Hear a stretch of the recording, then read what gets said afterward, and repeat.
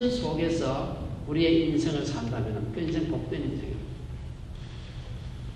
우리의 직업에 대한 가치, 의미, 그것을 오늘 베드로전서 2장 9절 말씀을 생각하면서 여러분이 듣기 바랍니다. 다음 슬라이드. 강의에서 첫 번째는 잘못된 직업관, 오늘날 많은 사람들이 잘못된 직업관을 가지고 있고, 특히 산업공상 직업의 귀천이 아주 뚜렷하게 구별돼 가지고 블루 칼라, 화이트 칼라 하고요.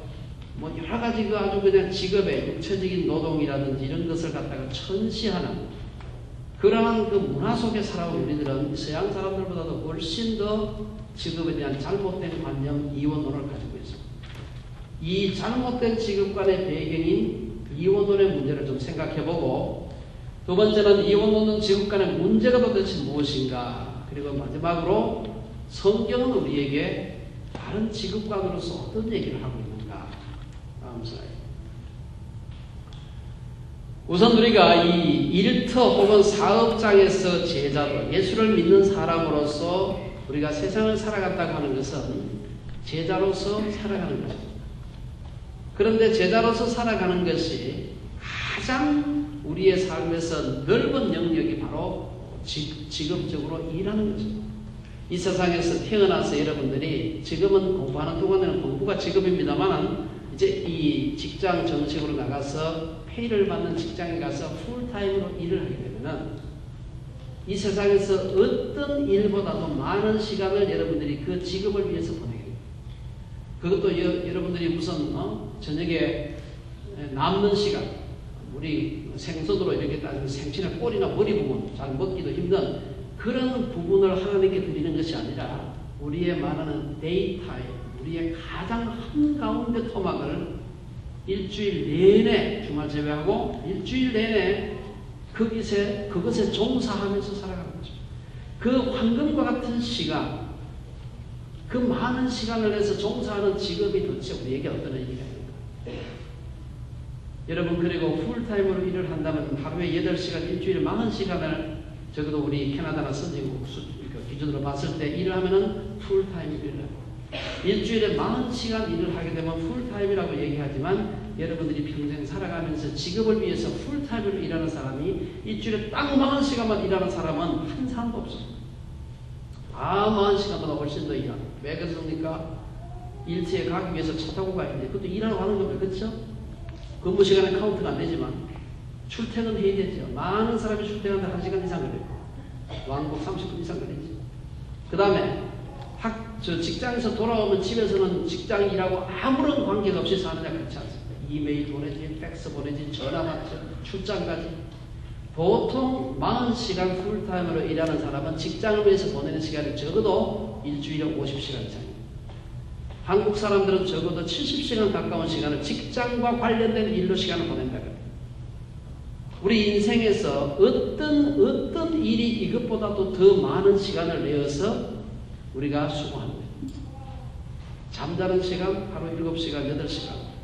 그것보다도 더 많은 시간. 그것도 가장 한낮에 귀중한 시간. 그것도 우리 청년 때 대학 졸업하고부터 한 60대까지 해가지고 은퇴할 때까지 인생의 황금과 같은 시간을 갖다가 직장에서 보냅니다. 근데 그렇게 많은 시간을 보내는 직장이 예수를 믿는 것과 아무런 무관하게 다만 11조 하기 위한 도구로서의 가치밖에 없는 그런 직업관을 가지고 인생을 산다면 어떻게 행복한 인생을 살겠습니까? 도대체 우리의 예수 믿는다는 그 의미가 어디서 나타날 수 있을 것인가? 심각한 문제예요. 그게 다만 종교적인 냄새가 나는 몇몇 개 직업에만 국한되어서 가치가 있는 일이라고 한다면 나머지 사람들은 뭐 하는 거예요? 이거는 굉장히 심각한 문제예요. 그래서 오늘 여러분들과 더불어서 여러분 다 지금 아마 대부분은 직업을 지금 가지고 있지 않는 분들이라 생각되지만, 여러분들이 바른 직업관을 갖는 것은 인생을 행복하게 사는데 아주 중요한 것은, 이거는 여러분 생각을 난 월급만 많이 받고 연봉만 높으면 행복할 거야. 그렇지 않습니다. 연봉 아무리 많이 받아도 직업의 성경적인 바른 영적인 의미를 깨닫지 못한다면 연봉 많이 받으면 받을수록 고쳐요. 그렇죠. 그래서 여러분들이 오늘 함께 여러분들 도대체 직업이라는 것이 왜 왜 직업이라는 것이 그렇게 영적인 생활에 중요한가? 여러분, 이 특별 새벽 기도에만 이런 중요한 게 아니에요. 그것만 영적인 의미가 있는 게 아니에요. 여러분이 직장에서 아침부터 저녁까지 열심히 일하는 그 일이 하나님 앞에서 어떤 영적인 의미가 있는지 하는 것을 오늘 함께 나눠보고 싶어요. 사업장이라고 하는 것, 우리의 직업이라고 하는 것은 우리의 예배의 중심입니다. 우리가 예배를 좁게 말하면 우리가 함께 주일날 혹은 이렇게 함께 특별한 시간을 내서 특별한 장소에 모여서 찬양하고 인도하는 사람이 있고 함께 찬양하고 예배드리는 이 좁은 의미의 예배지만 이것을 좀 더 넓게 말하면 우리의 삶 전체가 하나님 앞에 드리는 예배다. 이건 제가 얘기하는 게 아니고 우리의 믿음의 선배들, 특별히 종교 개혁자들이 500년, 600년 전부터 하던 얘기입니다. 우리의 삶 전체가 예배가 되어야 됩니다. 그렇다면 그 예배의 중심은 사실은요, 예배의 중심이 건물 교회가 아니라 우리의 삶이라는 거죠. 이 바른 예배입니다. 이 사업장은 DTS의 중심이다. DTS가 뭔지 모르실 것 같아서 Discipleship Training School입니다. 제자훈련학교. 우리의 사업장은 DTS의 중심이다. 많은 사람이 DTS 하기 위해 가지고 하와이 간다고 생각하는 코나스에 YFDTS 가는 게 그 DTS 훈련장이 하나밖에 없는 줄로 생각하는 건 아주 큰 착각입니다. 우리의 인생에서 특별한 때 시간이 있어가지고 내가지고 물질을 투자해서 하와이 코나에 갈 수 있죠. 그러나 그거는 극소수의 사람, 특별한 환경에 있는 사람이 할 수 있는 일이에요. 우리의 진정한 DTS는 우리의 삶의 현장입니다. 그곳에서 우리가 정말 하나님의 임재를 경험하지 못하고 하나님께서 함께 하신다는 그 경험하지 못하고 한다면 하와이 아니라 어딜 가더라도 안 되는 겁니다. 필요 있을 때 우리가 정말 기도원에 가서 며칠을 지낼 수도 있고 수양관에 가서 얼마 동안 무슨 프로그램에 참여할 수도 있지만 결국은 그것은 잠깐이고 우리의 진정한 DTS의 프랙티스는 우리의 삶의 현장이요 그것도 우리의 직업의 현장입니다. 다음 슬라이드 보겠습니다. 많은 사람이 왜 우리의 직업 혹은 사업체, 우리의 일터가 경건하다고 생각하지 않는가? 그것은 돈이 왔다 갔다 하기 때문에 그렇습니다. 여러분 직업이라고 하면 우리가 월급이라든지 우리의 그 사례를, 우리의 돈 받는 것을 전혀 무시할 수가 없어. 굉장히 중요하고 어떤 사람은 그것 때문에만 직장생활 하는 사람도 대부분입니다.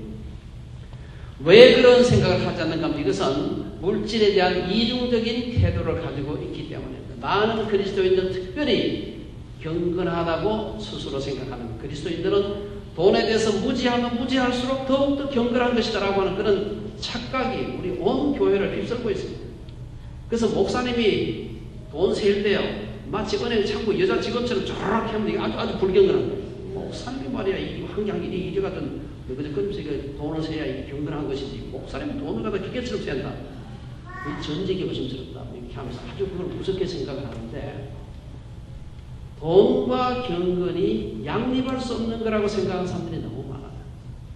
물론 성경에 거기에 대한 돈에 대한 많은 경고가 있습니다. 여러분 너무 잘 알죠? 돈에 대한 경고가 많습니다. 그러나 돈 그 자체에 대한 경고가 아니라 사실은 돈에 대한 잘못된 태도를 경고하는 거죠. 우리가 이 돈에 대해서 무지하면 무지할수록 더 경건해지는 게 아니라 돈으로 인해서 더 많은 시험을 겪게 됩니다. 오늘날 많은 사람들이 돈 때문에 실수하는 그런 사람들이 있는데 그런 분들이 돈을 너무 잘 알아서가 아니라 돈을 몰라서 그렇습니다. 돈의 속성, 돈의 위력, 돈의 위험, 돈이 얼마나 귀중한가 이걸 잘 몰라서 경건이라고 하는 것은 경영, 돈 버는 일은 경영하는 일이죠. 경영과 무관한 경건, 말이 조금 어렵지만 잘 귀담아 들으세요. 경영과 무관한 경건은 헛된 영성이다. 이게 제 생각입니다. 돈과 무관한 영성, 그것은 영성이 뭔지 모르는 사람이에요. 경건과 무관한 영성은 가공 영성이요 비만 영성이에요. 머리를 말하면 그렇죠? 성경에는 돈이나 돈 버는 일과 관련해서 너무나 많은 말씀들이 있습니다. 여러분 예수님의 그 예화도 가만히 보세요. 돈하고 다 관련된 일이 아주 많습니다. 압도적으로 많습니다. 예수님의 예화가 그렇게 많지는 않은데 그 대부분이 돈과 관련되어 있어요. 마태복음 25장에 5달란트, 2달란트, 1달란트 비유 다 돈과 관련된 겁니다. 그렇죠? 먼데 또 딴 데도 보면 종들에게 이게 포도원을 맡기고 먼데 갔다 온 그 주인의 얘기가 다 돈 얘기입니다. 예수님께서 돈과 관련해서 직접적으로 하신 말씀도 굉장히 많습니다. 이 세상에 예수님의 말씀입니다. 돈과 재물을 겸하여 섬길 수 미안합니다. 재물과 하나님을 겸하여 섬길 수 없다. 여러분, 예수님께서 재물과 명예를 겸하여 섬길 수 없다. 그렇게 얘기한 적이 없어요. 재물과 권력을 겸하여 섬길 수 없다. 천만에. 그런데 돈과 재물과 하나님, 재물과 하나님하고 호영호재하고 하나님하고 경쟁할 수 있는 강력한 마력을 가지고서 돈밖에 없다. 왜 권력욕에 그런 사람들이 미칩니까? 권력 그 자체만이 아니라 권력 때문에 돈 벌기 때문에 권력에 미치는 겁니다. 그렇죠? 왜 명예욕에 그렇게 막 눈이 뭡니까? 명예가 올라가야 책이라도 한 권 팔면 베스트셀러 되고 돈을 막 벌죠. 돈하고 관련되지. 그래서 이 세상에 우상숭배가 가장 우상숭배 가능성이 높은 것은 권력도 명예도 다른 어떤 것보다도 돈입니다. 만몬이죠. 그래서 돈을 취급하는 우리의 직장에서 우리의 그리스도인됨이 바르게 드러나지 않는다고 한다면 새벽기도 때 울고불고 아무리 해봐도 그 사람은 DTS가 안 된 사람.